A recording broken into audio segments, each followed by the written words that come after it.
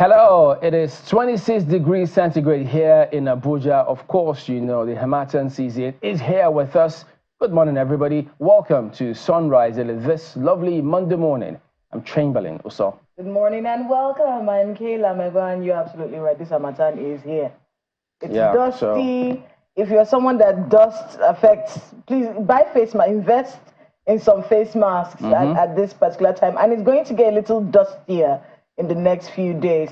And don't be shocked. You clean the house and you come back and you see the dust is right back. Don't be shocked. It's just the season that we're in. Invest in some cleaning equipment and keep yourselves healthy. And take it easy on the maid, on the house helps. Yes. Cut them some slack because it's not. Anyway.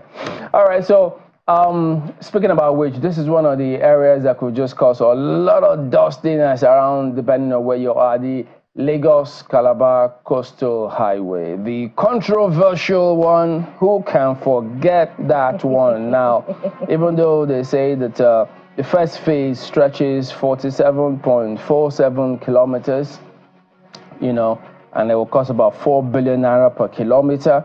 Eventually, I think they say about 12.5 billion dollars, but 15.6 trillion naira, you know, so to speak. But there are several questions concerning all of this. In fact, people went on and did a lot of comparison globally. They wonder, even one of the, just a simple check, you get to see one of the highest, the longest coastal highways didn't cost this much. The top 3, 4, top 5, depending on whichever one that you want to choose. Specific coastal highway, for instance, in the States, about 2,655 kilometers. Well, they say that one was under, 10 million? And it's spread for, it's over 10 to 19 years, and it didn't cost this much. So how is this costing this much? So no matter who you speak to, some of them just think, this right here, big question mark. But nonetheless, we'll have to keep tabs on this one. There's a lot of controversy, and you are correct. The cost of this highway is one of the biggest issues. People are also complaining that it deviates from the original coastal alignment that was gazetted in 2006 and violates the Public Procurement Act of 2007 in the bidding process. And then the allegations that an environmental impact assessment was not done. You know, these are some of the issues that people have with this highway. But while we're looking at that, let's take a look at what this highway is supposed to achieve. It's supposed to connect, the southwest. 9 states. Yes, and with the southeastern part of the country as well. It's going to move through 6 states, which is a very important connectivity that we sort of need for the time. Southwest, south. Yes, Lagos-Calabar. Yes. Yeah. So it's going to do. It starts from VI to Lagos to Calabar, passing 6 states. 700 kilometers it's expected to be. Connecting the west and the southeast. I think it's a very important. It's an important project, but one that is mired in a lot of controversy. But I think one that the people who are championing the cause of this project will not be backing down anytime soon. Well, I guess, and the other part, which is, don't forget, they said it's going to be tolled for the first 5 to 10 years, I think, so they can get back the money. The money that people say, wait a minute, are you really spending the amount of money? That is questionable. But they still say they'll still get back the money. So you have a lot of questions about this one. But a beautiful skyline. Nonetheless. Beautiful. Look at that. Ocean, the Atlantic. Beautiful skyline, beautiful view. Yeah. And we'll be watching to see how this particular project unfolds. Hopefully, it gets us what it is that it was created to get us. The first phase to be completed when? May 2025? 2025. That's what the first phase is. But why didn't they start from the Calabar end, though? Several questions, really. There are quite a lot of questions. And the Minister of Works has really been very vocal about this particular project. It's an ongoing conversation. There are town hall meetings that are being held and conversations had, with all these questions coming up. Sometimes it gets a little dramatic. But, it's one that he has to get ready for. He has to get ready for more questions. No, there's public funds, so there has to be questions. There has to be, yeah. So he has to. A lot of scrutiny. Yeah, I think he should be ready because the questions will get more. And people might even attempt litigation. There will be a lot of things that will happen. So he just has to be ready for that. But our skyline this morning, the Lagos-Calabar Coastal Highway. Yeah, so That said, let's go ahead now and take you through some of the dailies this morning.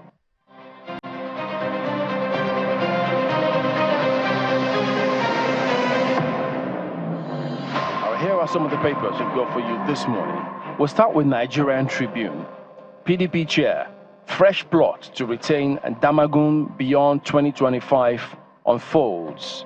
That's how they lead here today. Beneath this lead story, Southwest speakers, other principal officers to push for full legislative autonomy. That's what you see beneath that lead story right there. Daily Independent, experts warn of businesses in Nigeria collecting payment in dollars. The Guardian newspaper, MPC's imminent rate hike jolts firms amid inflation survival concerns. So what next now? They've been talking about this inflation and interest rate for life forever. Nigerian News Direct, tax reform bill's benefits exceed Northern Group's concerns. Ascribed to Gibrin. Calls for negotiation, further consultations. And while at that, Daily Trust, presidency lobbies National Assembly over tax reform bills. Proposed laws meant for good governance. Ascribed to Voila. The blueprint here, minimum wage hike will further strain Nigeria's fiscal imbalance. Ascribed to experts here today. The Daily Times, Edu, Nigerian government saves $20 billion by ending fuel subsidies. But this Nigeria probe missing 57 billion naira in Humanitarian Affairs Ministry, Sarah tells Tinubu. And beneath that one, Nigeria-Brazil signed MOU to boost agribusiness in 774 local government areas. The Abuja Inquirer focuses on a different matter. Kuka hates OBJ. Buhari Tinubu says country's leaders were never prepared for governance. Still talking about that quest to get leadership right, so you can have a look at that if you will. Business Day, investors park cash in treasury bills over real economy, so you may want to find out why. It's all here for you. Those are some of the dailies this morning.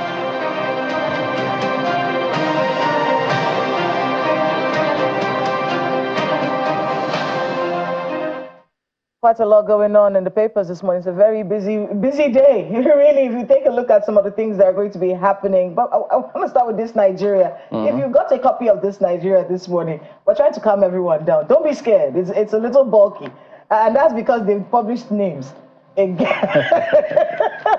Names of noisemakers. No, I'm just kidding. So this is the FCT, the people who have outstanding C of O payment in all the districts of the nation's capital. So their names are right there.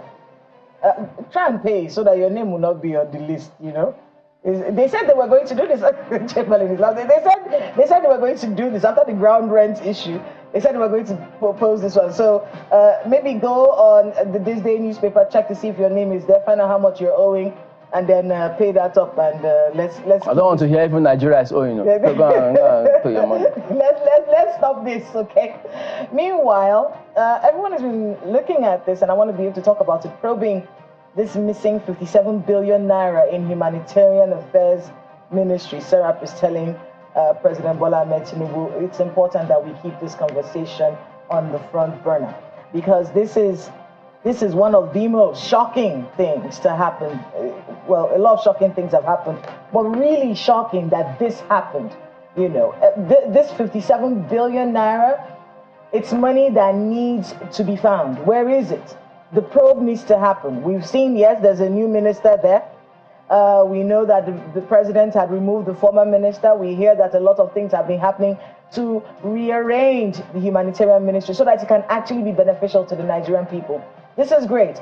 But for accountability purposes, we need to know where this money is. So Serap is asking President Bola Tinubu to probe this 57 billion naira. We can't allow these sorts of things happen. And whoever needs to be held responsible for this, or whoever group, because this is not a one-man job. Yep. This is something that people came together and decided to steal our common patriarch. It's wrong. You cannot do this. And we have to start naming, shaming, and prosecuting people for doing these sorts of things. I know I sound like a broken record. I know we hear people say this quite a bit, but we have to continue pushing that this probe is done. So there, from the This Nigeria newspaper. Well, the thing about that is actually, I've not, gone through that to understand the latest or the basis for them asking for that, because we do know that it's been probed. The last time the AFCC put up a statement that they are on it, on that particular matter. In fact, accounts for that ministry has been frozen. So I think the new leadership, with the Minister and Minister of State now, will be trying to see how they can free some part of that to get down to work. Because no matter what happens, while investigation is going on, of course, they've got to find a way to get the ministry functional. So you don't have to freeze the entire funds and say, no, don't spend. No, if you're investigating, you can keep your investigations going while funds are released for the ministry to get down to work, because that's why they are in those positions to work.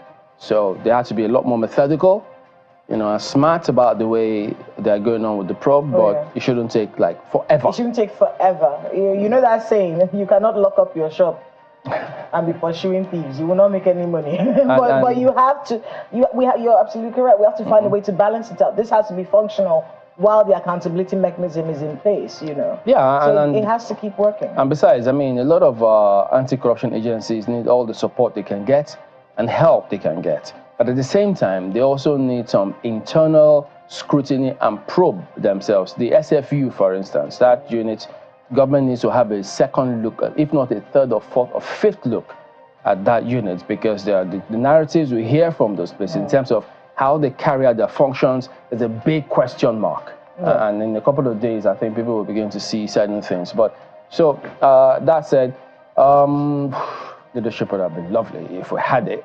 Controversy about GMO foods, but that's genetically modified. Yeah, but that's not coming up yet, unfortunately. So I did see this headline here from the Daily Trust. Which one? And is Daniel Bwala, at least I'm saying that's the name I'm saying, Daniel Bwala, the presidency lobbying the National Assembly for those tax reform bills. Oh.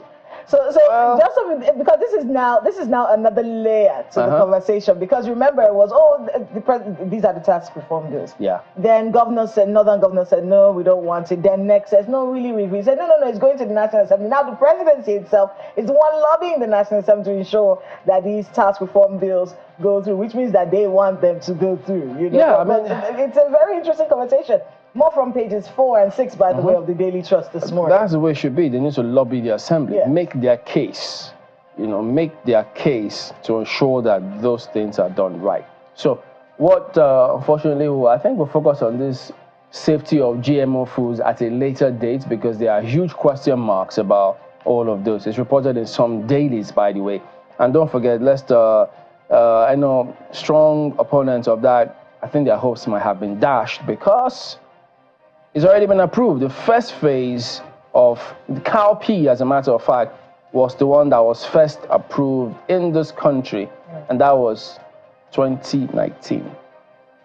All right, well, I think we're supposed to as far back as 2019, yeah. We're supposed to take a look at some of the things that are happening today. What's happening? Yes. Oh, today is a very important day for women all around the world. The 16 days of advocacy to fight sexual and gender-based violence is actually kicking off today, and that is one of the major happenings today. There are briefings all over the nation's capital today, and I'm sure Ministry of Women Affairs in the States as well will be doing what they can to ensure that this advocacy works. So we're going to start off with that. The first major story happening today, 16 days of advocacy to fight sexual and gender-based violence and all the issues that are arising from that. Many people have pointed their fingers at the courts, at the justice system. The judicial system has to be able to provide the justice that people need for these sorts of cases. Because what usually happens is that, it's not properly done, and then these people who have outed powerful men or women in society end up going back to their communities and being victimized for them, for those acts. And then, of course, the numbers are crazy. So what we're talking about now, Chamberlain, if we see 3 women, 1 in 3 of them has been abused. It's that high? It's that high, 1 in 3. So by the time you see 4 women sitting down together, where you say hello to this one, by the time you get to the 3rd one, one of them has been abused, which is shocking and very scary. Yeah. You know, and the culture of silence. Recently, I think last week, it was the European Union that had a conversation about sexual and gender-based violence and the roles of sexual abuse referral centers. Because these centers, we have 47 in Nigeria and just in 22 states. So there's a call for more of these centers to be functional across the country. And then, of course, you know, the impact that they have on reducing this culture of violence. There's a lot of accountability that comes from the Attorney General's office, and that's actually the office that handles these centers in the states. You know, so sexual and gender-based violence is something that is a blight on our nation. It's something that makes us look really bad. It's around the world, yes, but something that we as a people have to come together. The call is for concerted effort as communities, as people in this country. It cannot be something that we allow, something that we condone, or allow a culture of silence around. Yeah, so let's do what we can to ensure that those staggering stats don't get any worse than they already are. So perhaps those agencies need to look at how do they measure their success in terms of what they're doing, the advocacy, are people listening, why they're not listening, what we call channel noise in broadcasting, is it happening there? So all of those components are things that those agencies need to look at, including approach to spreading the messages. So all of them, it's a complex whole. All right, so there you go. That said, we'll go to a break now, but we'll be back in just a moment. Stay on with us.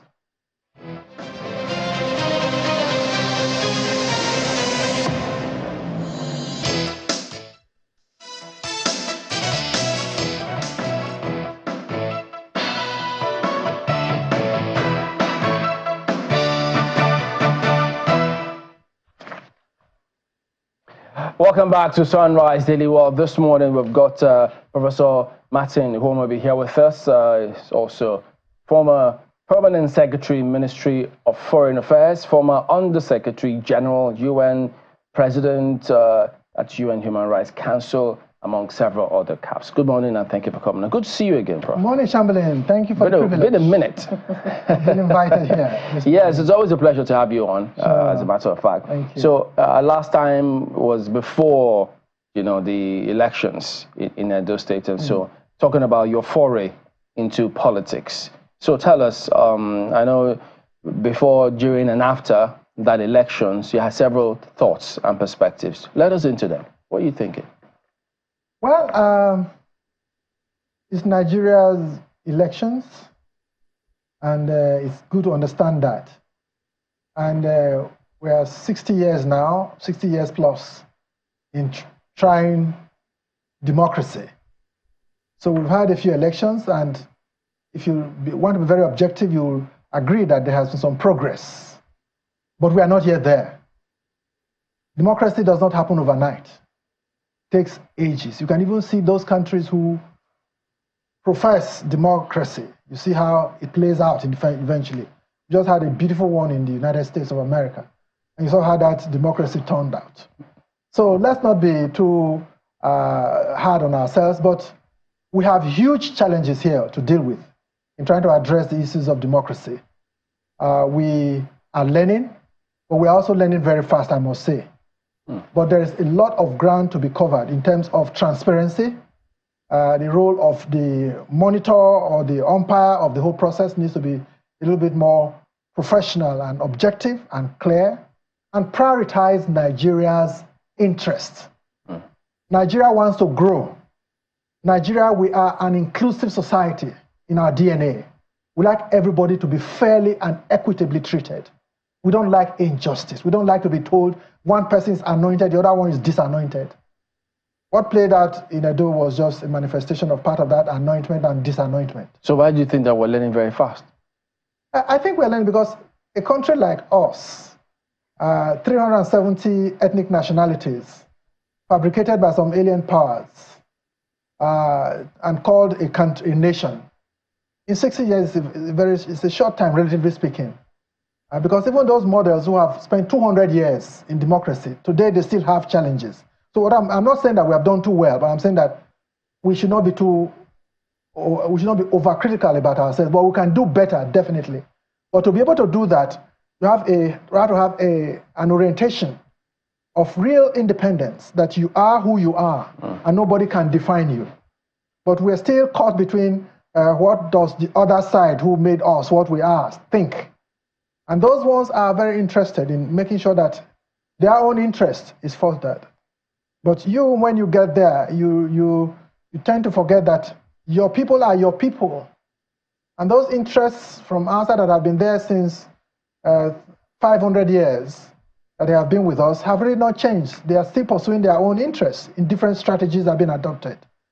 Today, whatever it takes to keep Nigeria where it is so that it can be ripe for exploitation and maximum subjugation, they will continue to perpetrate such things. What would you say to those who watch what professionals like yourself do, then you get into politics, because they too might be thinking, should I or not? Will I get my fingers burnt if I made a name for myself? Why should I get into politics? All of those narratives as to, oh no, it's dirty, I can't do this and that because of what they do. And then they see how you turned out, and then they think, maybe I should not. What would you tell those people? No, Nigeria is ours.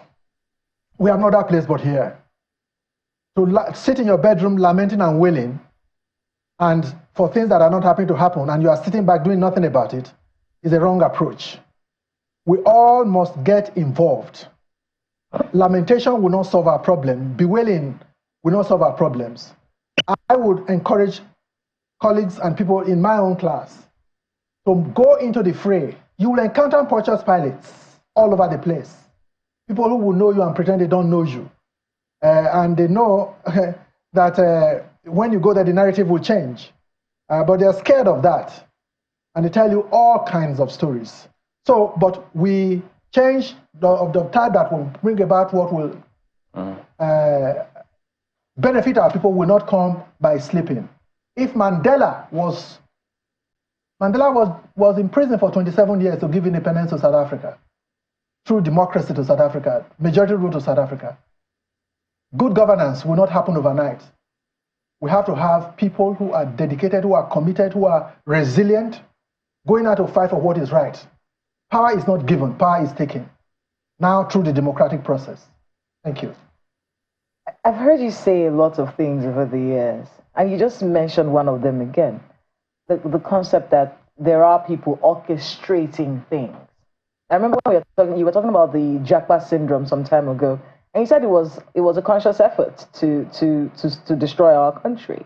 And now you said that there are powers that be that, you know, are hell-bent on keeping us where we are so that we can be constantly exploited. Could you expatiate on this a little bit? And who are these powers that be? As a student of history, I know that international relations is not a love affair. It's about the pursuit, advancement, and projection and defense of your national interest.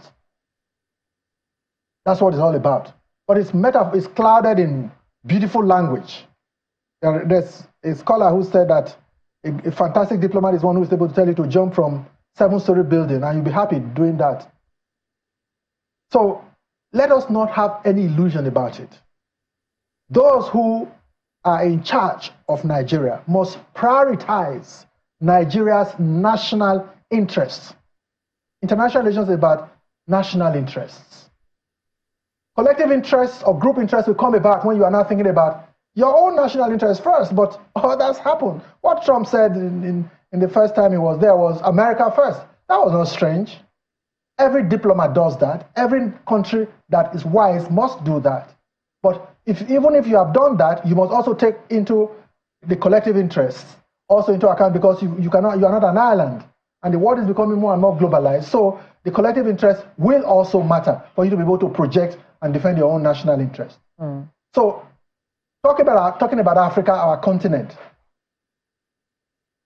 Vasco da Gama came to West Africa in the 15th century. And what is the relationship between us and those countries since then? You have slave trade.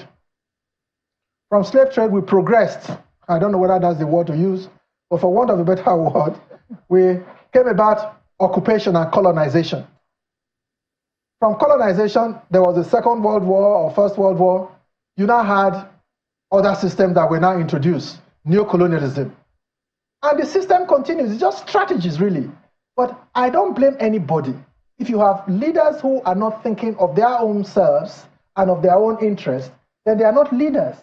They're just also serving their own personal interests, prioritizing that over that of the group interest that they're supposed to be representing. So there's nothing unusual about that. But it is a high time that those countries that have been victims of these strategies that have not really helped the continent sit down and reflect about it and do something radically different to change the narrative. The Asians have done better than us. Where was China some years ago? Where is China today? We have a chief marketing officer of this country, which is our president. And I want you to be able to assess how his marketing strategy of Nigeria is going. He just came back from the finance COP, the money COP that everyone is calling it. What would you make of his marketing strategy of our country, MOUs that have been signed so far, and how we're doing on that scale? Well, I must say this of the current president. He is the #1 marketer for Nigeria. And he has taken this from the very beginning of his tenure. And I must applaud him for that. Because the president of the country is the #1 diplomat of the country. And from the very beginning, he has been to the UAE several times. He's been to, now he's just come back from the G20 and many other things. So he's doing very well in that regards. But as I said, that will be helped. That process will be helped if we professionalize the foreign service. Oh, sorry. If we prioritize the foreign service. Sorry, I made an error. He didn't come back from COP. It was from the G20. COP, G20, COP was in Azerbaijan. Yes, continue. So the point I'm making is that as far as marketing the country is concerned, Mr. President, as the #1 diplomat, has done excellently well. But that needs to be complemented by having professionals, diplomats, ambassadors appointed. Because you cannot be in how many countries? There are 194 countries that make up the United Nations. Assuming that these are the only countries that you have relations with. If you don't have ambassadors of your own countries, your own selves, who are physically present 24/7 in those countries, who will implement those things that you are signing and that you are implementing? So I think it's very important. The president has done well, excellently well, by himself being the #1 diplomat, going and marketing Nigeria, but that needs to be complemented by appointing ambassadors who would represent him in the capitals of those countries and follow up on what he is doing in those countries. Otherwise, you go on a visit, you come back, well, who follows up on and if there's no follow-up, there's no real progress being made. I think that actually brings me to why I kept saying COP in my head. It's because he was actually at the G20 in Azerbaijan. But let's talk about the COP.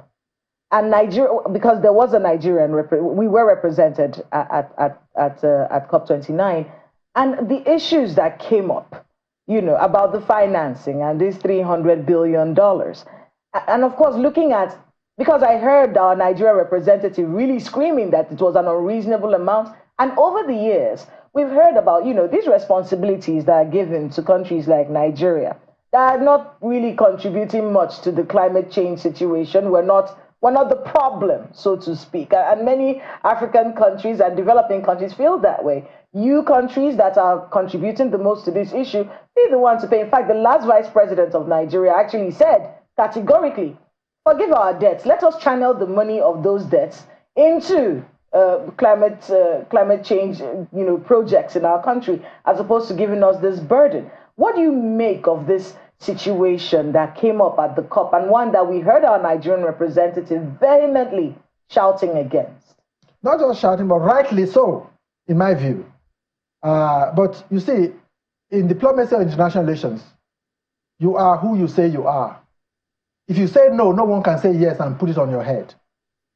I would expect us to be more confident, more categorical in projecting and defending what we identify as our national interest. If people know that you are not going to be bent and you are not going to be subservient, no one will try to subjugate you. So I think what the Nigerian delegation represented there was clear and was lucid. We are not the greatest violators of assaulters of climate disaster that is ongoing. We contribute very little in that sense to it. But we are also victims of that process. And we cannot add more burden from outside to our own problems when we have more critical issues of development, of improving ourselves, of even empowering our own people on hand to deal with. And no one is genuinely supporting us in those regards. So, okay, I was just going through some of this. If I could just go back to the election bit, because I got some people still asking certain things. Now, they want to know, was it, because if they wanted to learn certain lessons before they make that step, we'll still come back to this Tinubu's shot to diplomacy in a bit. But would you, if you had a second chance, change your strategy in terms of how you make your foray into politics? For instance, if you had a critical mass of people and certain things and different phases of your entry, or put it differently, what would you have? Would you have changed your approach if you were to get a second shot at this whole thing?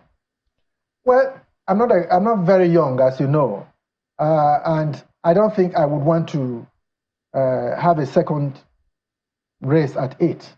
But that does not mean that I will not be involved. There are ways you can be involved without being directly involved. But we will encourage and support a system that is transparent and respects the rights of every person to aspire to become a change maker in our country, and not to say that one person is anointed and another one is disanointed. Any system that does that is false. And also, we need to grow a consciousness among our people that our destiny is in our own hands. And if we do not challenge the system, the status quo, it remains there. Because, you know, I've heard several people say a huge chunk of the challenge we face in this country is about leadership. The kinds of people we elect to be in different places across the country.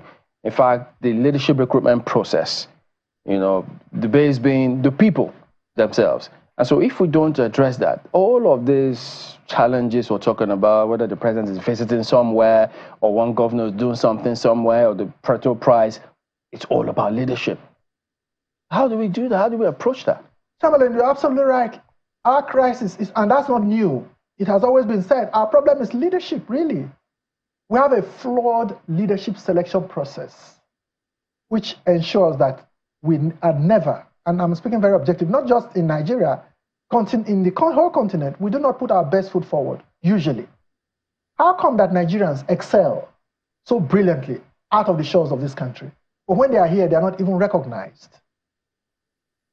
If you take away Nigerian doctors from Canada, or Nigerian doctors from the United States, or Nigerian doctors from Britain, the health systems of those will face huge challenges. Will they be able to prosper in this country? Why is it difficult? So we have to ensure that our leadership selection process, much as we recognize that leadership is a crisis, make sure that our leadership selection process is in our own hands, not mortgaged, not swindled, not stolen, but it's in our own hands that I vote my conscience and I don't vote for 10 times. My vote is not bought by somebody. We have to have that. Nemo dat non quam habet. You cannot give what you do not have. If you have a wrong person in a wrong place, and you are praying 24/7, 365 days in a year, you are actually insulting God. Because the choice that God has given you, you have not made the choice.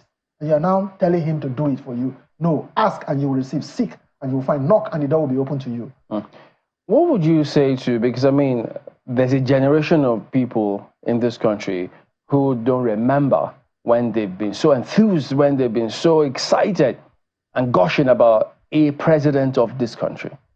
You know, because I mean, you talked about the last elections in the States. You saw how even though there were different divides, but they were passionate, albeit they were proud of what they did. Yes, I voted there, even though I lost. But at the same time, we see it in African countries too, wherein they vote and then they're happy. Some have young presidents. But our case here, we can do a lot. We can so improve, really improve. So what do you tell those groups of people who just saying we've lost interest in this entire process? Because you say, don't pray about it, do something about it. But they say, look, we tried last time, twice, we got our fingers burnt. Why should I try again? Because you tried once and failed, therefore you should not try again. 3 times. And what if I tried 3 times and failed? No, I don't believe that satisfies the point. Change, power in history is not given. Power is taken. There's no solution about that. There's no two-way about it. Power is taken. Power is not given. If you do not stand up and you are not resilient and you are not committed and you are not focused and you are not long-termed, you will not get it right. I understand. I hear what you're saying, but I still want to be able to talk about what Chamberlain is saying. Yeah, because you see, the truth is we have disillusioned young people. Millions of disillusioned young people. Yes, maybe some of them may be, in a position where, oh, I did it once, it didn't matter, I'm not going to do this again. But then again, they're looking at a country that hasn't exactly in the past, we have 2 generations at least. Some people think it's 3 generations of Nigerians who haven't exactly enjoyed good governance. They have seen the deterioration of the quality of the lives of their grandparents, their parents, and now themselves. And the struggle to survive in the country. To these people, their stomachs are grumbling. And then we keep telling them, be patriotic, come out and vote, stand up for your rights. But when they do that, they do it the first time, second time, third time. And it does feel like the process doesn't favor them and doesn't care about them. What can we be doing? What can be done about that generation of people? Change is a constant in life. When you do not accept change, when you give up, then you have given up. But I have a philosophy in life. Some of us have come from not very. In those days, you don't have to be a rich person. You don't have to know anybody to get anything done. General Gowon was 32 years old as president of this country. He's 90 now. Many of those people who have been in positions of power in this country have not gone there because everybody wanted them to be there. So why should you, yourself, who has something to offer, not be smart enough to know how to get about what you want, to bring about the positive change that this country needs? So the challenge is us. And when we talk about leadership, we're not just talking about one man. We're talking about leadership across the sectors, the strata of society, including leadership in the family, leadership in the classroom, leadership at the customs post. So I think it's something that we all have to resolve. And a time will come anyway. Change is inevitable. It will happen when it will happen. Well, the president had just returned from his trip. Then he was again, Nigeria participating in that G20, Group of 20 summit. And he said he struck some deals, as it were. I mean, you've been in the diplomatic circle.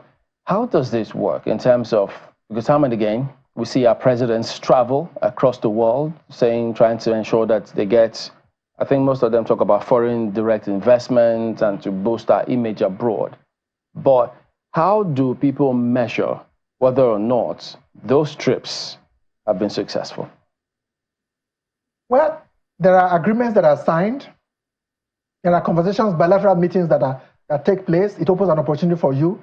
And also when you speak in a forum like the G20, definitely you are in the public, you are in international glare. So that is the purpose of that. It affords you an opportunity in one forum to carry out transactions across the nations or across issues of your own interest, but also of the Nigerian interest.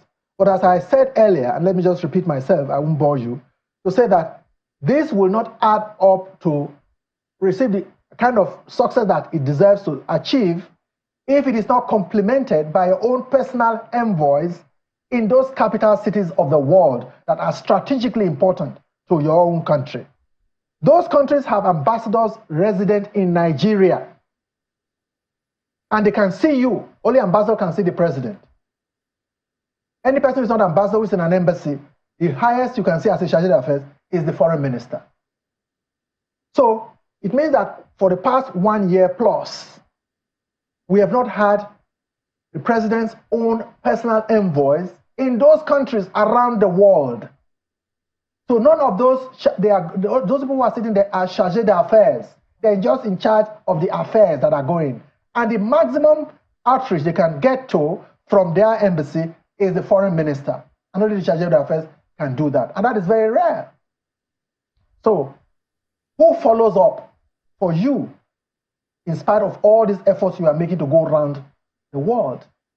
You should have your own ambassadors who have access to your colleagues, to your counterparts, who represent and speak for you 24/7 in those countries which we have bilateral and multilateral relations with. That is the point that I will not be tired of making. And so long as that is not done, I'm afraid that these movements and these trips are falling short of what the catalyst that is required to drive their effect. Do we assume that the Ministry of Foreign Affairs will be advising the presidency on all of these things? It's their place to do so. I don't know, I'm no longer there. It's their place to do so, but it's also the president's place to know. But really. while you were there times that you advised and the president didn't? No, never. In my time, and I speak with great passion about this, 3 years before I came, there were no ambassadors appointed. There was only one ambassador in Nigeria, in the Nigerian Foreign Service. But in my first week there, or in the first few months that I was there, 25 career ambassadors were sent out. And a year or two later, 88 career ambassadors were sent out. And there was none, absolutely none. No way we didn't have an embassy. We created more missions, not because there was more funding for the mission, but because we were more strategic and calculating in deploying our resources to those places. Speaking about which, pardon me, what is it that happens? Why is it that a lot of those missions, because I'm sure you must have heard the complaints that Nigerians have, they just treat Nigerians when they come to those missions as though, no, they're always hostile to a lot of them. Why is that the case? Well, I don't know about hostility. I will be shocked if a career officer would be hostile. If not the career officer, then the members of staff who are in those missions, they are always hostile to a lot of Nigerians who go to those missions for one thing or the other. Well, if that is true, then that is unacceptable. Because you as a diplomat, one of the things that you are taught is you are to project, you are to defend and promote the interests of your own country and of the citizens. Protect the citizens, the interests of your citizens resident in those countries. Even if they are wrong, it's not from your mouth that you should hear that they are wrong. You should protect them until you can get them to Nigeria to face justice. So if that is happening, then that is really most You didn't hear any of such case while you served? No, not in my time. Definitely really? Not in my time. It will never happen. Because I think, you see, as I keep saying all the time, you cannot give what you do not have. Focus on training and retraining of officers. Professionalize the foreign service. People who are there for 30 years will not behave like those who have failed local government election. And because of that, you want to compensate them, you make them what? It's not the foreign service is a class of its own. And if you do not recognize the sanctity of that profession, then you really shouldn't be there. If it happened in my time, such a person will be seriously dealt with. Because it contradicts the mandate which you are supposed to be promoting and defending. On the president's outings, there have been at least 3 major ones. Well, he was at 2, were represented at COP. But, 3 major things have happened in the past 1 month. And seeing Nigeria's representation and the president's speaking up at these outings, it's made me to, and listening to you right now, it's made me to wonder about our foreign policy direction in Nigeria. Many people have said that we should change our foreign policy direction. And you mentioned it sort of earlier, where you said America first. Many people have said we should start doing Nigeria first. Because I think on paper, Africa is still the centerpiece of our foreign policy. So I want to be able to get your thoughts on our foreign policy drive as a country. Are we Nigeria first? Are we moving in that direction? Or are we still, being diplomatic with our relationships and juxtaposing that with the way the president has, the stands that he took, especially in the Islamic country summits with the G20 summit in Brazil, and of course our outing at COP. Are we pushing Nigeria first? I would say yes, from his perspective, and even objectively speaking, because Nigeria first is what? Nigeria is Africa's most populous it's the world's most populous black nation. Nigeria, 1 out of every 6 African is a Nigerian. Nigeria occupies a very strategic position on the map. Nigeria is Africa. We've never really been separate from Africa. In our DNA, we are Africans, and no Nigerian will ever like to be not to be called an African. So demographically, and even in terms of resources, we constitute a huge chunk. Economy of West Africa, about 2/3 of it is Nigeria. So we cannot pretend to just be Nigeria in terms of the defined space and territory that we occupy. That is important, but it is not everything. Anything that diminishes any West African country must have implications for Nigeria. Anything that hurts Africa must have a way it hurts Nigeria more than any other country on the continent. So in that sense, Afrocentrism is part of our philosophy, and rightly so, and it's Nigeria's national interest. So Nigeria's national interest must not be viewed in the sense of just in a macro sense, but in that sense in which we occupy the positions that we occupy in the black race and in the African context, geographically speaking. I know that because I've heard a lot of people also ask this question. When Nigeria travels, president, and then we seek a lot of investors to come back in here.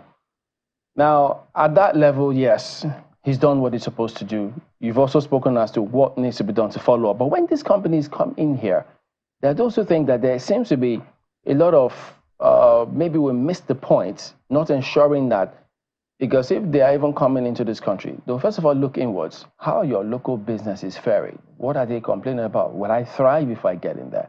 So they have been accused, government folks have been accused of saying, look, we don't focus enough on our local industries here. We don't ensure that they have a thriving environment. We're so fixated on bringing this foreign investment. And when they do come in here, if not portfolio investment, they don't even comply largely with the laws we have here. And when that happens, they still get a slap on the wrist. So they think, shouldn't we have perhaps a review of how we seek foreign direct investments into the country? Well, it's natural for any #1 diplomat to canvass for foreign direct investment. So there's nothing unusual about that. But I also agree with you that there needs to be some some work to be done domestically to make sure that the appropriate environment is in place, the enabling environment for such foreign investors to flourish when they come here. The situation where we are, our currency, for example, is in its lowest form. Today, we've never had this in history, that the Naira is what it is, 1,740 something in the foreign exchange market. So it's unbelievable. If you want to invest and that is what you are getting, and it's going to discourage investment.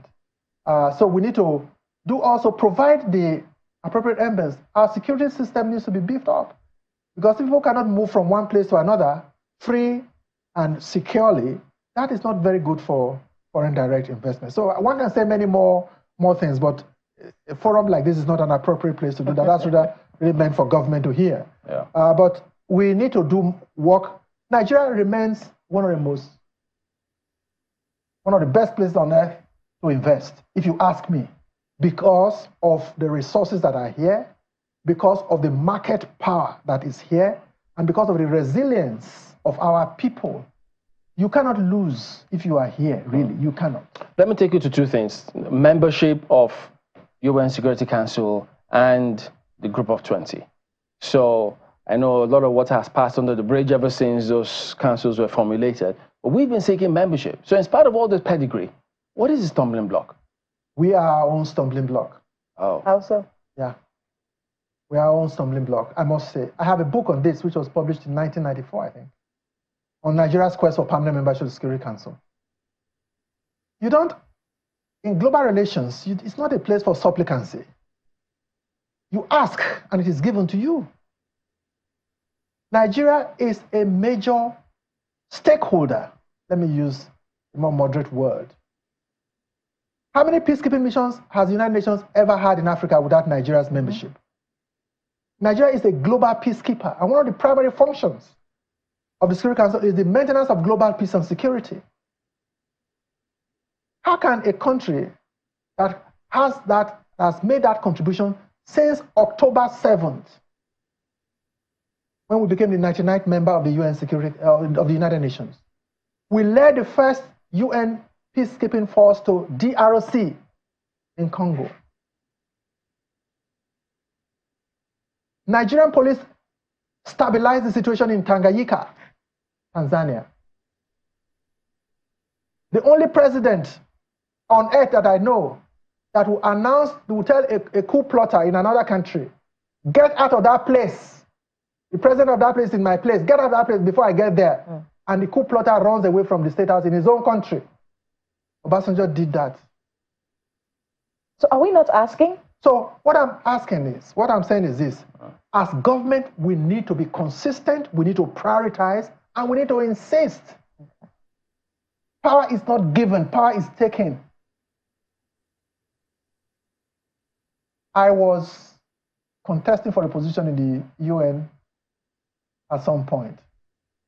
And of course, others don't want it. They didn't want it to happen. At a point, I had to tell the big powers that, you know, some of us, we come from the jungle. We live on trees. But in the jungle, there are rules. And that we need to abide by the rules. I was presiding over that meeting. We need to abide by the rules of the United Nations. In my country, we've restored democracy. The only person who can give me instructions is Yaradua, was the president that time. And no other person on earth can, as ambassador of Nigeria to the United Nations.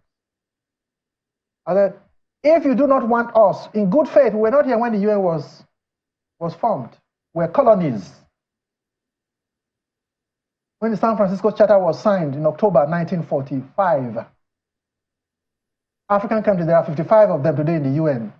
Most of them were colonies. Only one, perhaps, was not. Today, we have 55 countries in the United Nations membership. How can you say that in good faith, after we fought for independence, we came back and joined and signed the charter because we believe that this must be good? But if you are telling us that you don't need us, that we do not have the right to veto, we do not have the right to be permanent member of the Security Council, no blackface among the 5 countries that are permanent members since 1945, when there was only 51 countries there. Today, there are 194 countries. So in terms of number, in terms of equity, in terms of geographical representation, in terms of race relations, justice, democracy, where is it in the UN Security Council? So Nigeria should insist, not just beg for. They said, okay, Africans, you people can go and choose whichever one. Who tells that to anybody? They're throwing corn on the floor and telling chickens to share. Doesn't happen. Did we put ourselves... Who determined which country became permanent member of the Security Council at the time among the 5? If it was to be done democratically, are you sure that those who are there now will be the ones there? Why are you not using that as a card for us? So what I'm saying is this, that if Africans wake up to the realization that it is unjust, it is not representative, it is not equitable, it is not democratic, that no African country is a permanent member of the Security Council consistently for 79 years since it was incepted, then it will change. So in winding down, as we wind down on this, did we put ourselves, or did African leaders largely put themselves in that situation also because they keep submitting themselves also to Western powers before elections? Asking for asking for validation, or maybe visit to Chatham House or wherever it is that they go to. Are those all part of what happens? Well, have we sold ourselves short? No, I think you can answer that. I think you have answered it. No, you're the one in that circle. The fault, dear Brutus, is not in our stars. It's in ourselves that we are underlings. Your destiny is in your own hands. The day you wake up to the realization that the narrative will change, it will change. But if you insist that you remain the same way that you have been for the past 500 years, so it will be. Okay, I don't know if that works. He who comes to equity must come with clean hands. So I'm just wondering if that, at what point would that apply? Maybe another topic for another day, but always a pleasure to have you on, Prof.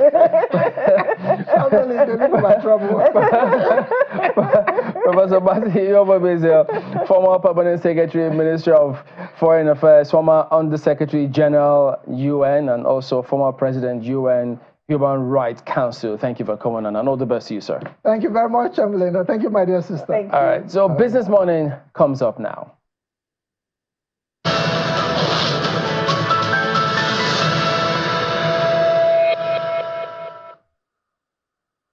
Hello and welcome to the first trading day of the last trading week of this month. I definitely hope your portfolios have enjoyed this November, but definitely we're all looking forward now to December. Are we going to have a Santa rally? We'll definitely find out if that plays out. But let's get to the top stories that set your agenda now. We're seeing oil prices retreating. Today, 0.35% after a nice comeback last week for the oil market, $74.91 a barrel, down 0.35%. That's for Brent. Crude WTI, crude $70.97 a barrel, 0.38%. A bigger drop compared to Brent. Both contracts last week notched their biggest weekly gains since late September. To reach their highest settlement level since November 7th after Russia fired a hypersonic missile at Ukraine in a warning to the United States and the UK following strikes by Kyiv on Russia using US and British weapons. So we see the impact right there on the market. Let's get a check on what's playing out, what played out for last week for the FX market. Closing the week, NAFEX rate depreciated by about 3 kobo. Closing day at 1,693 naira to the dollar. That was for Friday. Unchanged, but to the negative side for the NAFEX and for NFM, 1,652 to close. We did see the week almost breached that 1.7 level for the week, 0.36% down. That's for the NFM window, and traders are expecting that this might continue this week, barring any big moves right there, and maybe some kind of intervention from the central bank. All right, to other matters now. We see the Central Bank of Nigeria scheduled its 298th Monetary Policy Committee meeting for today and Tuesday.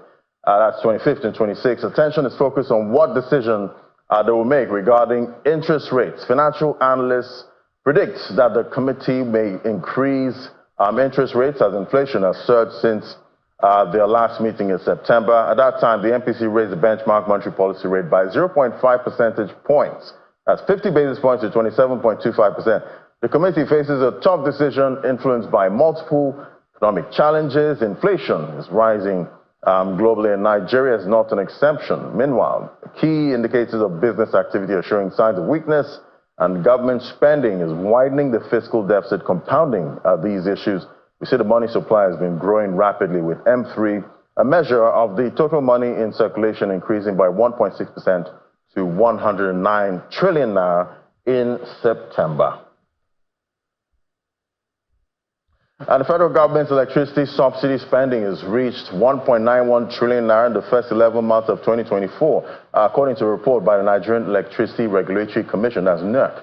The report also revealed that power distribution companies earned a total of 1.23 trillion naira in revenue during the first 9 months of 2024, surpassing the 1.08 trillion earned in 2023.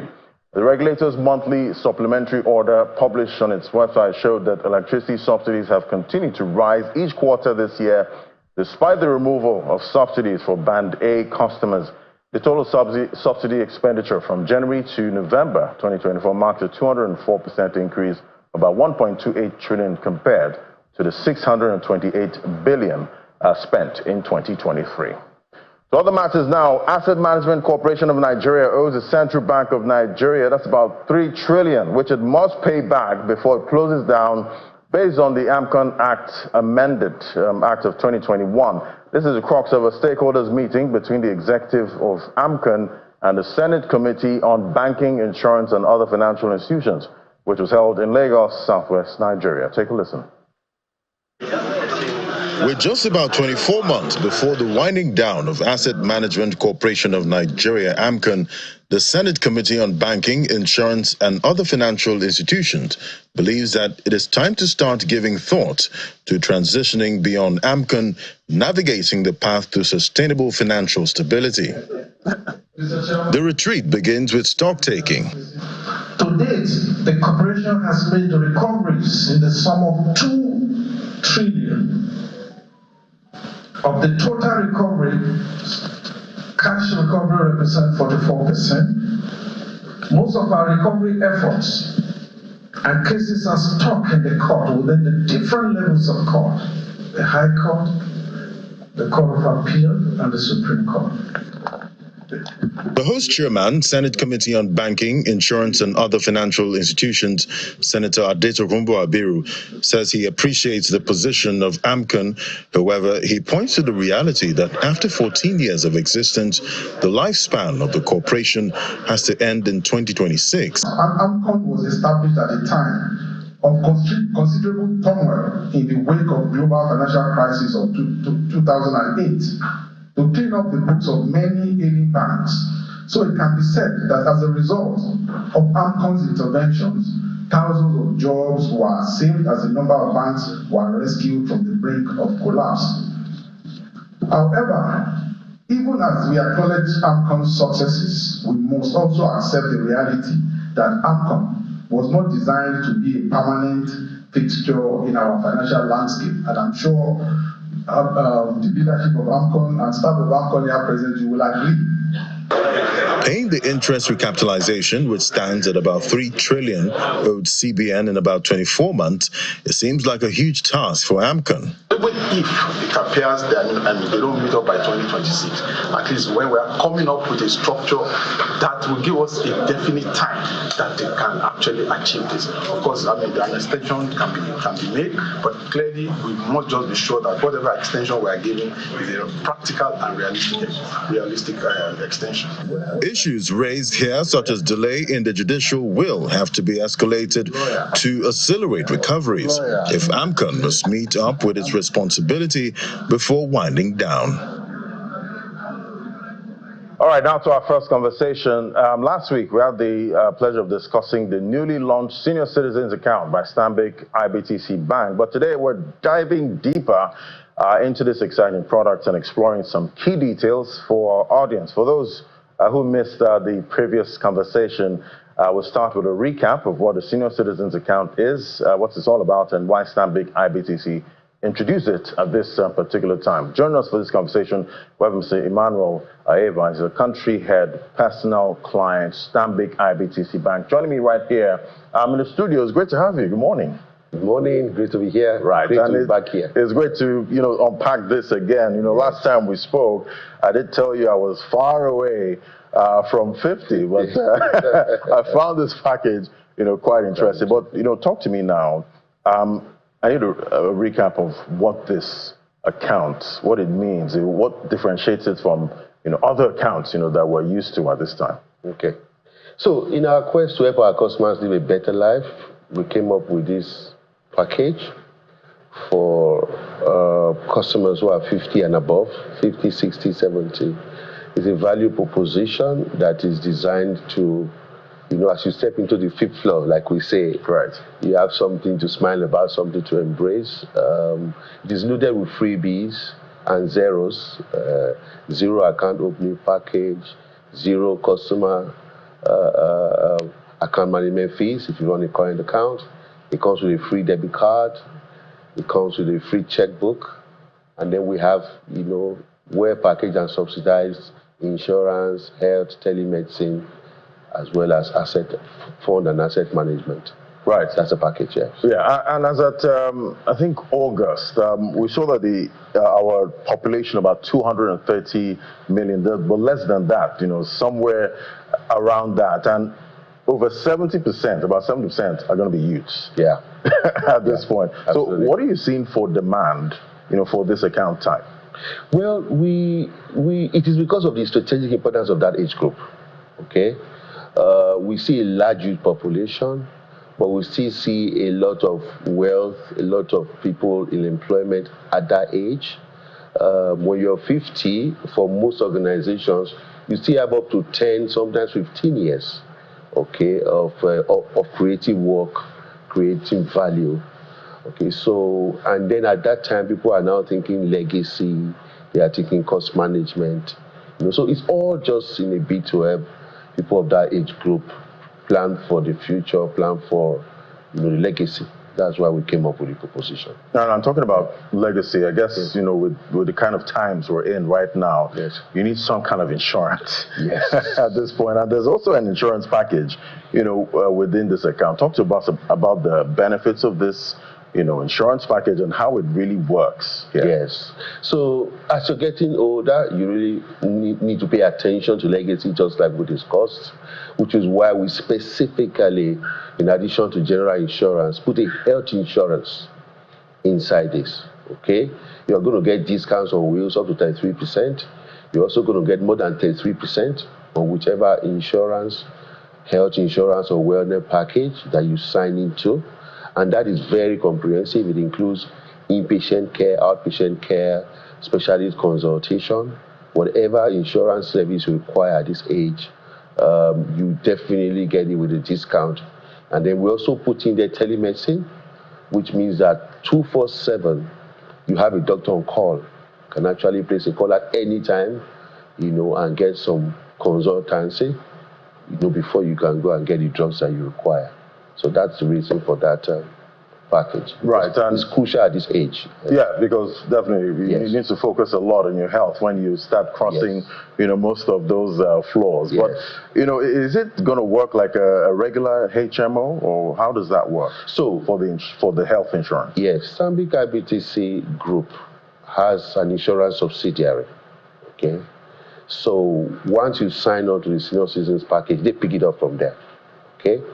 They will reach out. They have a large team of experts that they work with. So they are the ones that will reach out and take you through the process of structuring a bespoke solution for you. What will work for you? What do you want?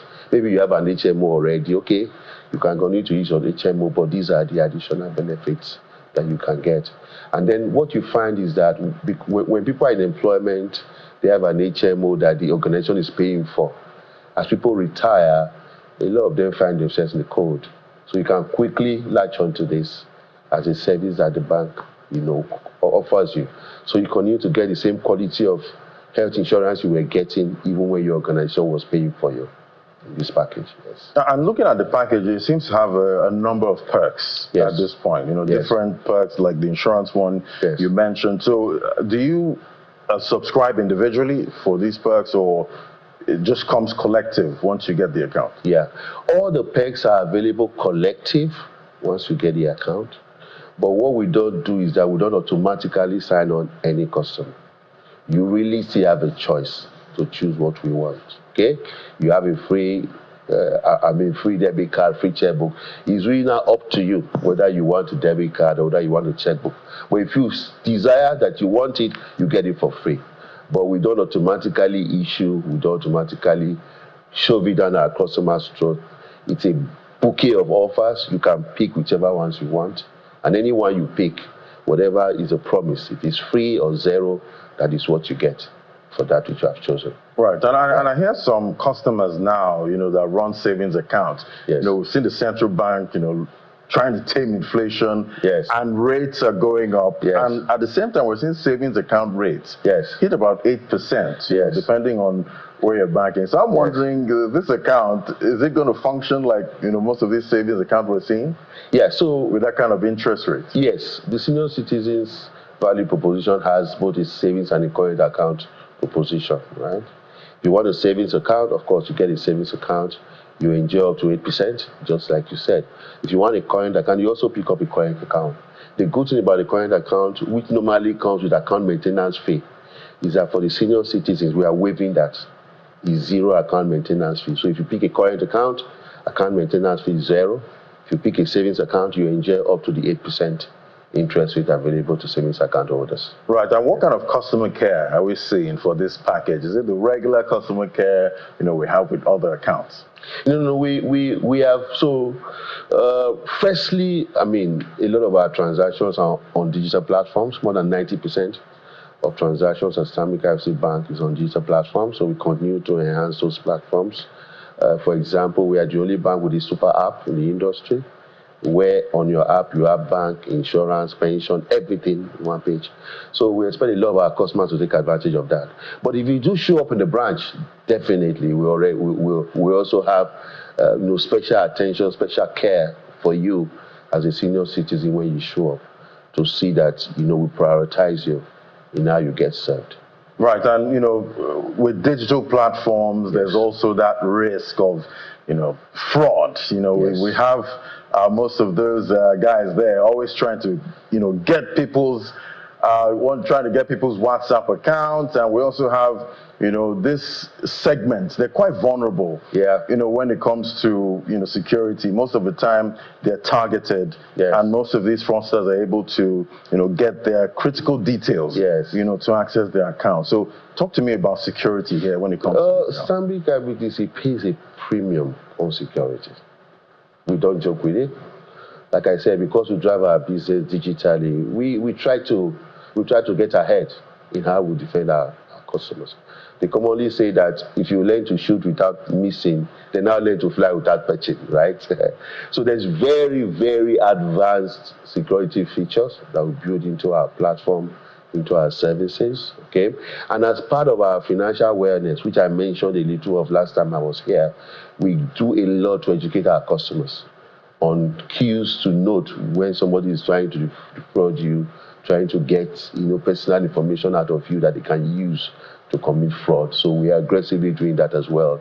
And for this group, we will accelerate financial literacy, to see that they're fully aware of how they can protect themselves. Right, and definitely we did see most of these banking apps, they had a couple of hitches, with moving from the core banking platform to another, and a lot of people couldn't make some transactions, and it was quite hard. But we're seeing improvement. Yes. With that. But for this kind of senior citizens, at some point they have a lot of needs. Yes.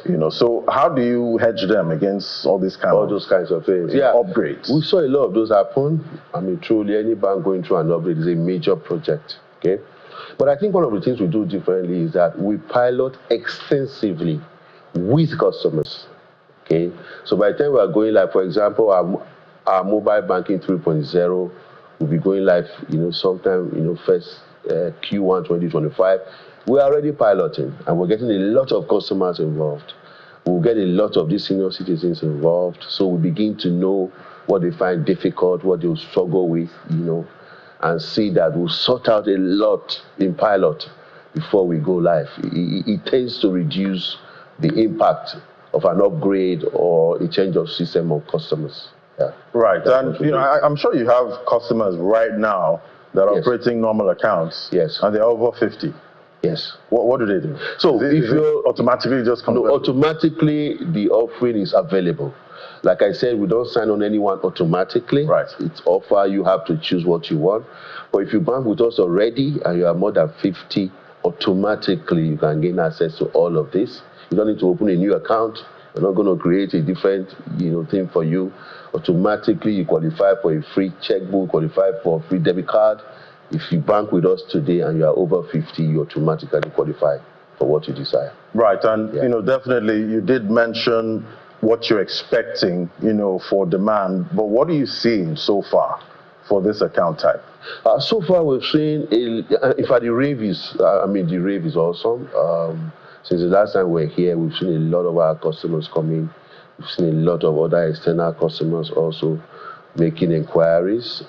We've seen within this very short period that this is something many people were truly waiting for, okay, as a real value, and many people are already taking advantage of it. Right, and talking about taking advantage of it, these are quite incredible times. With inflation, we have high interest rate environment, all of this, eating into disposable income of people, currently, at this time. Yes. And there's that, you always dream of passing on something, to your loved ones. So talk to me about how this account, helps to, put some kind of hedge Yes. Against rising inflation, currency devaluation, and all these macroeconomic headwinds. Talk to me about that. Yes. So, like you will see, the package is already designed to be near free, almost free, right? So you're already managing your cost of banking, okay, as much as possible.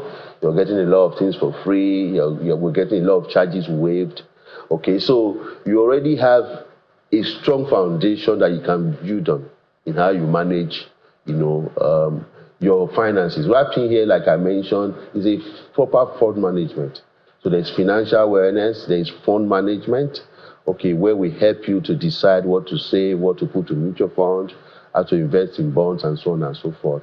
And then you now have something that you can use for, for philanthropy and for legacy. It's all wrapped in there as soon as you sign up for the package. Right. And before we continue, talk to me about how some people that are interested right now, how they can reach Stanbic IBTC Bank. Yes, you can reach us via email. If you send an email to customercarenigeria@stanbicibtc.com, there's a 24/7 team that will pick that up and reach out to you. You can also call us. There is 0700-909-9099.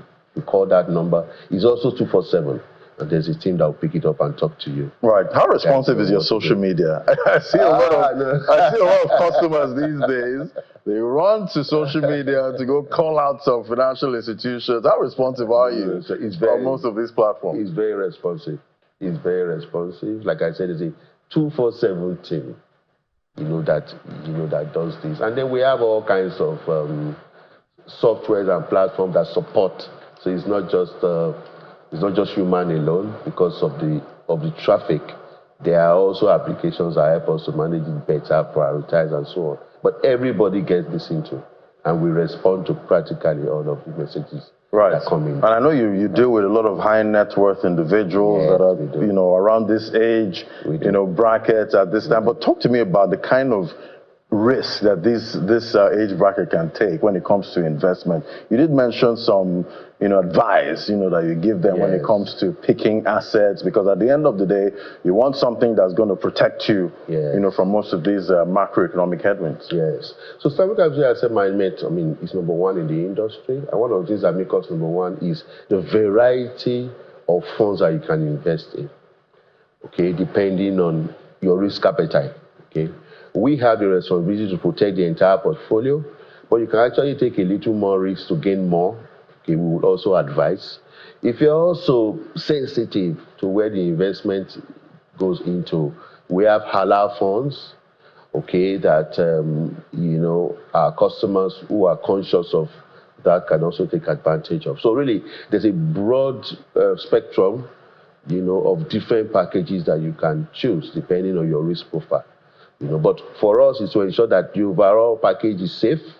But again, you can play at different cadre and also get different returns depending on your risk appetite. Right, and we hope most of these people actually gain more, going forward, because it's a really tough time, for most Nigerians. But thank you so much, Mr. Emmanuel Ayeba, as a country head, personal client, Stanbic IBTC Bank. It was great having you. Thank you very much. Great to be here again. Thank you. Thank you. Thank you. All right, we'll take a break now. When we come back, we get a check on what's playing out in most of the markets, and especially what played out in the market last week and what to expect for this week. That's at the moment. Just stay with us.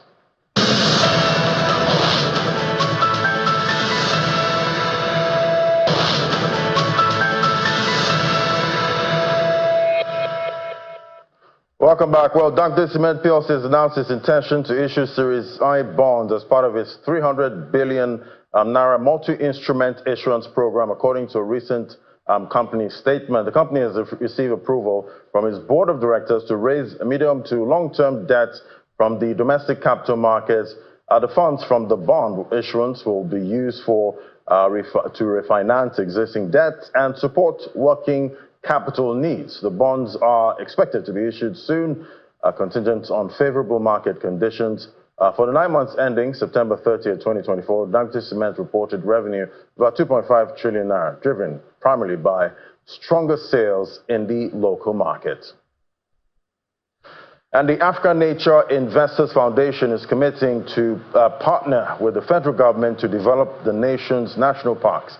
The executive director of the foundation, Mr. Tunde Moronkeyo, made the pledge at the commissioning of the National Rangers Outpost at the Gashaka-Gumti National Park in Tongo local government area of Adamawa State. Mr. Moronkeyo also called on the federal government to wade into the activities of illegal miners around the northern part of the park. Take a listen. The Gashaka-Gumti National Park is Nigeria's largest national park, located on the eastern provinces of Taraba and Adamawa on the border with Cameroon in Tongu local government area of Adamawa State. The host community rolls out the drums to receive the delegation from the African Nature Investors Foundation here to commission the National Rangers Outpost.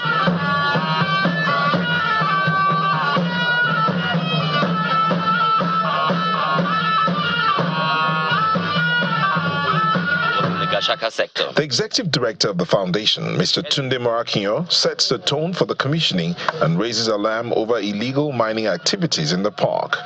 So far, we have provided 300 full-time jobs. When you look at all the rangers working here, the support staff working here, the drivers, the cooks, etc., more than 300 jobs. We have provided another 3,000 indirect jobs. The federal government applauds the initiative and also talks about the concerns about illegal mining and cattle grazing in the area.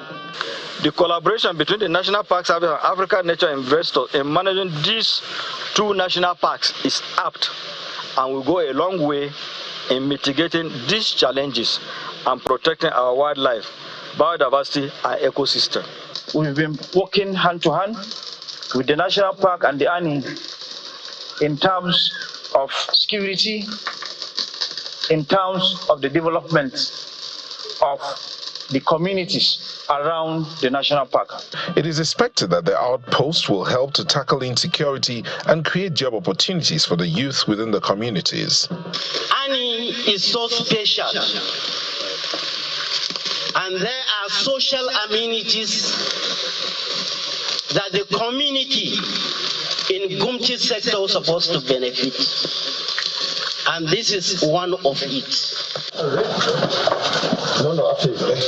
The commissioning is then done, after which the dignitaries take a tour of the 6,700 square kilometer area with rolling hills, savanna, mountain forest. It also holds a wide diversity and is one of West Africa's most important primate habitats. I'll definitely love to visit that spot at some point so I can see all of that animals. But let's look out for expectations, data expectations for this week. Third quarter GDP report, we're expecting that for the second quarter, we saw Nigeria's GDP grew by 3.19% year on year. So all eyes on how the economy performed for the third quarter of 2024. Then we also expect capital importation data for the third quarter of 2024. Definitely all of this could shape investor sentiment. We're expecting all of that data this week from the National Bureau of Statistics. So there you have it. Company income tax report also for the third quarter of 2024. So all of this data, investors will be looking out for it to see how it drives investor sentiment. But for last week, the all-share index, that was about 0.1% to 97,000 points last week, driven by strong performance from WAPCO, that's about 28.6%, Dangote Sugar, which added 16.7%, despite losses with FBNH, that was like down 8% for the week, and Access Core, that's financial services, but we'll see there's 0.1% gain for the week. Equity cap still sitting at 59 trillion last week. Trading is definitely open today. We'll see how it plays out, what the intraday trading is like at 1 p.m. on Business Incorporated. See volume there, 31.4% up for the week. Value was down 8.2%. We had about 48,000 deals last week. So investors were really very busy. Banking, 2.57% down for the week. It was a lone loser for the week last week for the sectors we track. Consumer goods, 1.93%, a big jump there. But on the flip side, normally we know insurance follows the banking counter, but the insurance counter was up about 4.54%, almost 5%. Oil and gas added 0.18%. Let's look at the top trades now. We see Japol Gold, FBNH, and Access Holdings top the trades for last week. So what's going to play out this week, we'll definitely find out as investors try to buy low to sell high, because at the end of the day, you want to try and make some profit. We'll definitely see the activities of investors as they look out for the MPC rate decision. We're going to get that tomorrow. The meeting starts today, and definitely we'll be covering that and with analysis. That's at 1 p.m. Tomorrow. So thank you so much for watching. I'm Ladi Williams. That's it from me on Business Morning. I hand things over to the Sunrise Daily team.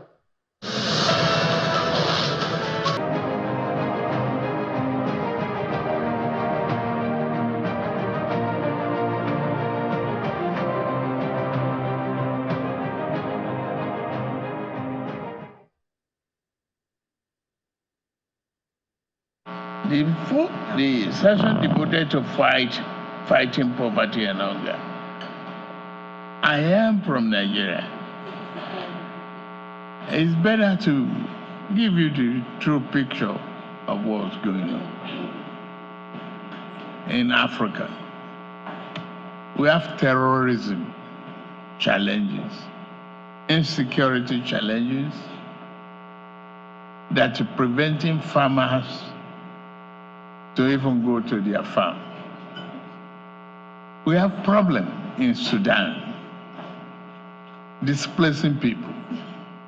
We have problem of climate change, flooding, destroying crops. And we have problem of protectionism. We have problems.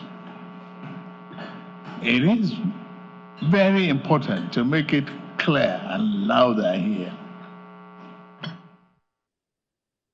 All right, so speaking of which, back home here in Yobe State, similar narrative, complaints about farmers, and you know what? Have a look.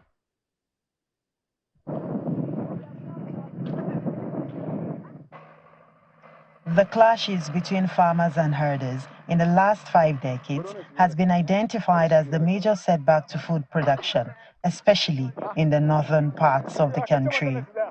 The scenario is further fueled by another threat of midnight theft of unharvested crops, which sometimes results to loss of lives and the entire farmlands.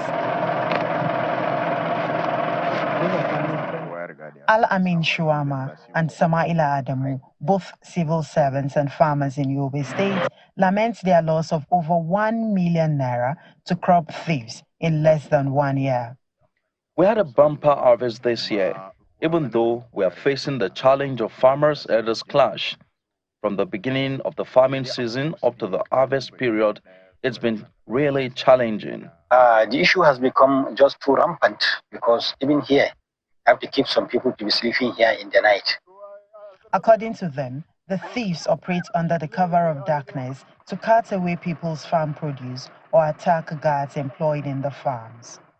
Determined to curtail the increasing attacks on farmers, the Deputy Governor of the state, Idi Barde Gubana, hands over motorcycles to the Nigeria Security and Civil Defense Corps and other security agencies at a recent security meeting. Even the other security and paramilitaries and other security partners should join heads to address this issue. But this issue is rampant in Yobe. The State Commissioner of Police is appreciative of the gesture. The state government also announced its intention to provide farmers with irrigation inputs to close some of the gaps witnessed as a result of insecurity.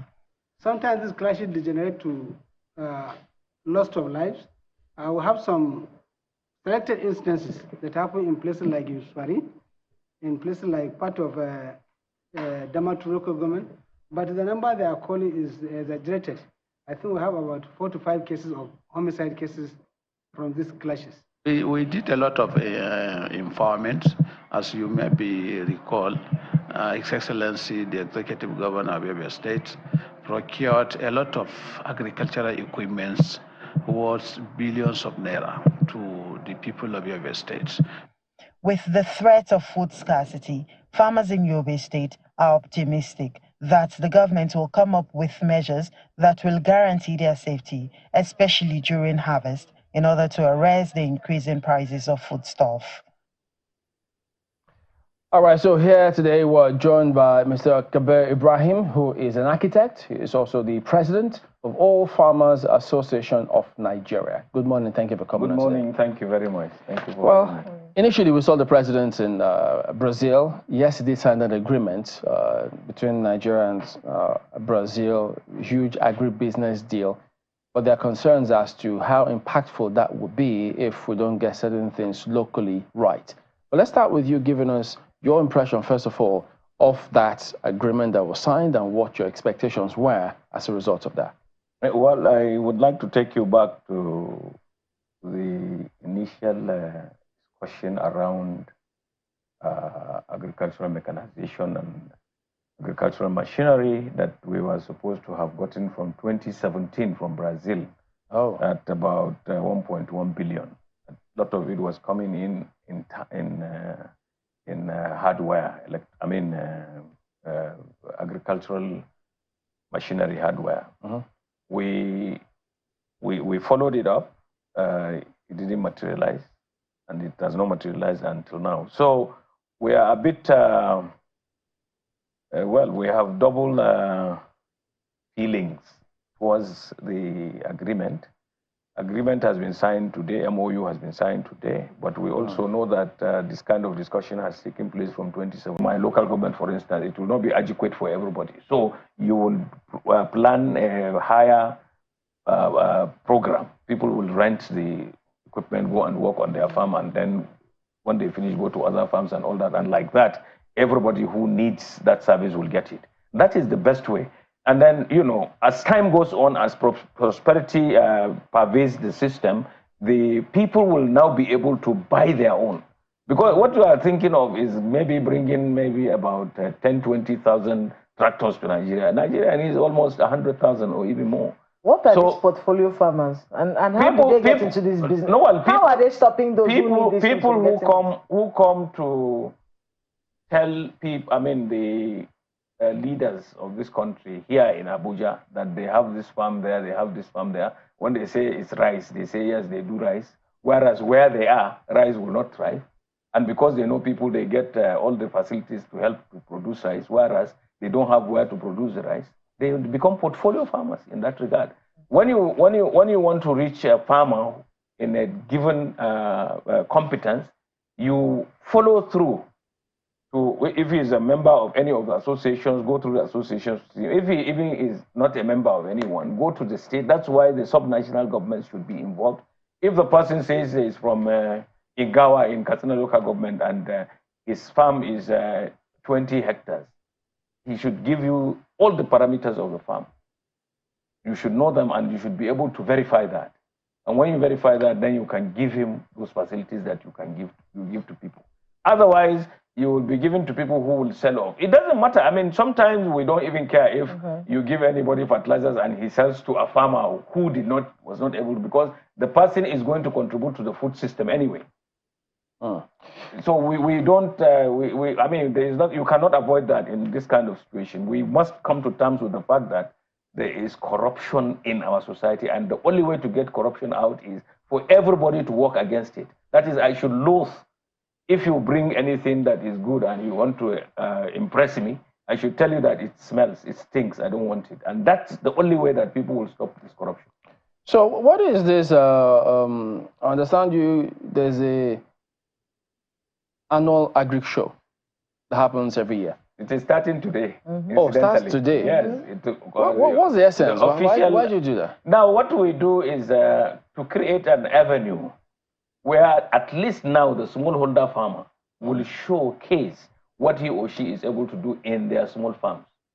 And then to also have the opportunity of seeing people who add value, either through science or through processing or anything, that are also displaying what they do, their equipment, their methodologies and all that. And so everybody will now see what is going on. And then they will go and model that to improve their productivity. And then for government to come in there and incentivize the farmers by showing that they care. Has it been working over time? Well, in a way, yes. You are just complaining about skyrocketing of prices of food. The farmers, incidentally, are talking about getting value for their produce now. Yeah, because even on the farm gate, you give them fair prices because they will sell that, and no farmer, no single farmer produces what he or she requires. They will sell what they have, surplus of what they have, to buy what they need.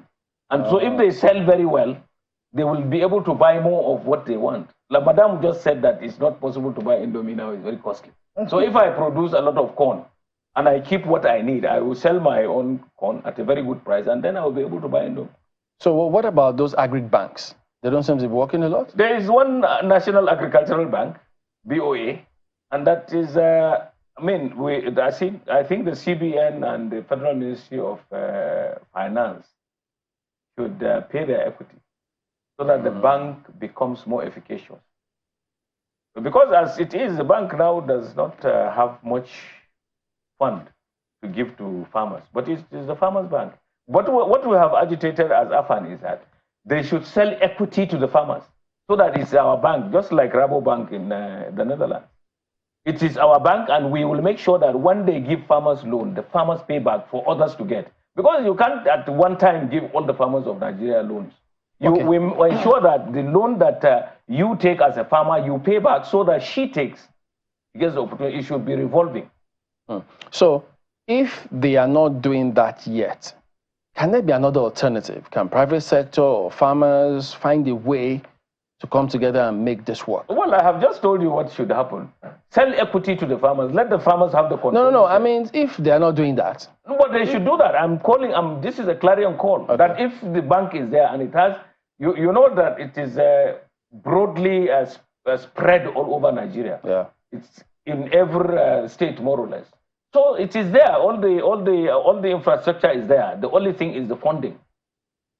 The managing director, incidentally, is my friend. I talk with him every day, and I know what he goes through trying to do this. And I know he's a very serious person. But government is the one that has to lead. He is meticulous with detail.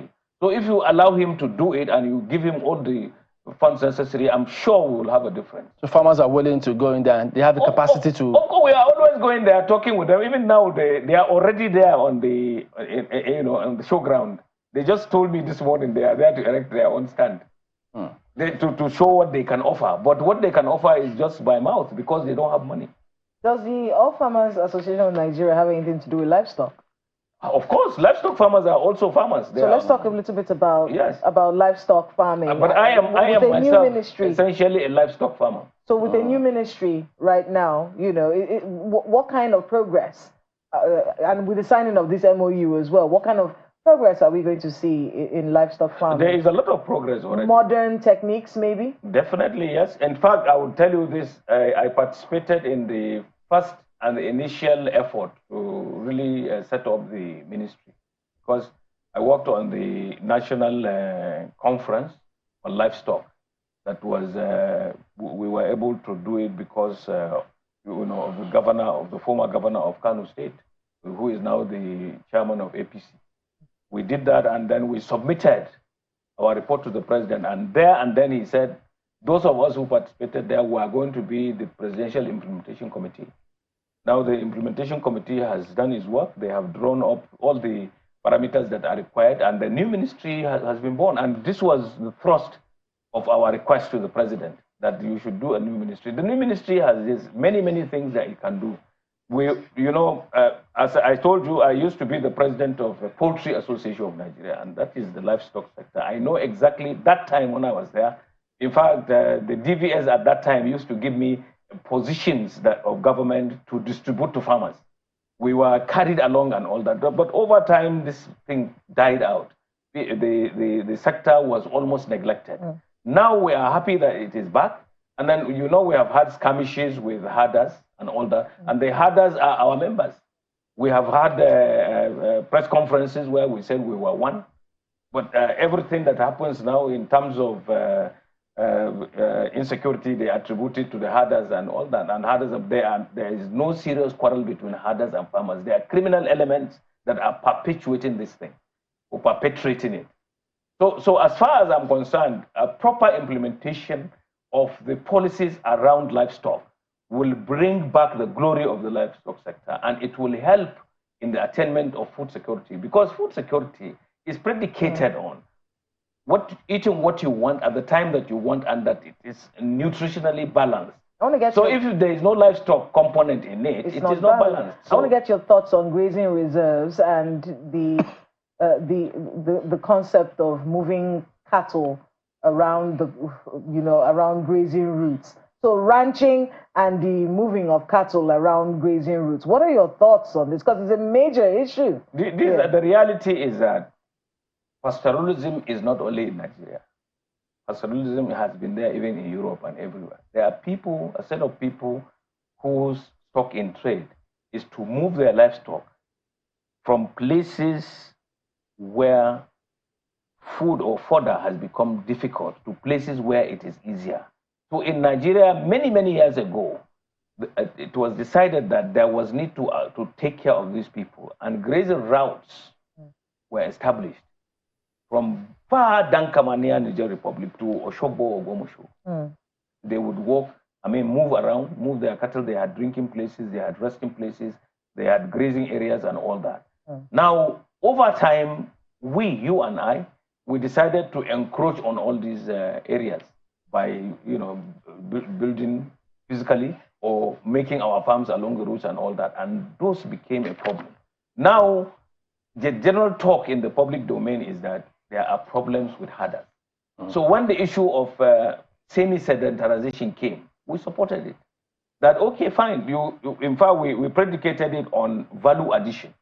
If a herder who has maybe 200 cows still sleeps on the bare floor and doesn't wear clothes or whatever, if you sedentarize them, you give their children good schools, you give them good hospitals, and then you give them grazing areas, you grow grass and all that, they would have enhanced productivity in terms of milk and even meat. So when you have abattoirs near them and all that, instead of the man just watching his cow to die or slaughtering it when it is emaciated and all that, he would now do it and even get money from there, do other things. Instead of wearing rags, they will be wearing clothes just like you in suits and all that and come around. All right, it's a matter that has several parts, components. But thank you for coming on, Kabir Ibrahim, an architect and president of All Farmers Association of Nigeria. All the best to you and the team. Thank you very much for having me. All right, so this message is from Professor Enahena. He says, just a minute, President Bola Tinubu, as Chief Marketing Officer of Nigeria, must now, through actionable diplomacy, ensure that this signed MOUs for the following, that's the 3 billion of Jindal Steel's iron ore processing, Skipper Cells plan to invest 1.6 billion, it goes on. Should make sure that they are all sorted. Yes, and then Pastor Law Afasi says most Nigerians may not understand the transformative policies of government, the intractable diplomatic shuttles by the president and leaders alike. Well, the average Nigerian experiences is high cost of living and insecurity, and government's penchant to borrow. All right, there you go. That wraps it up today. Thank you all for watching. We'll see you tomorrow. I'm Chamberlain, so goodbye. Have a great day.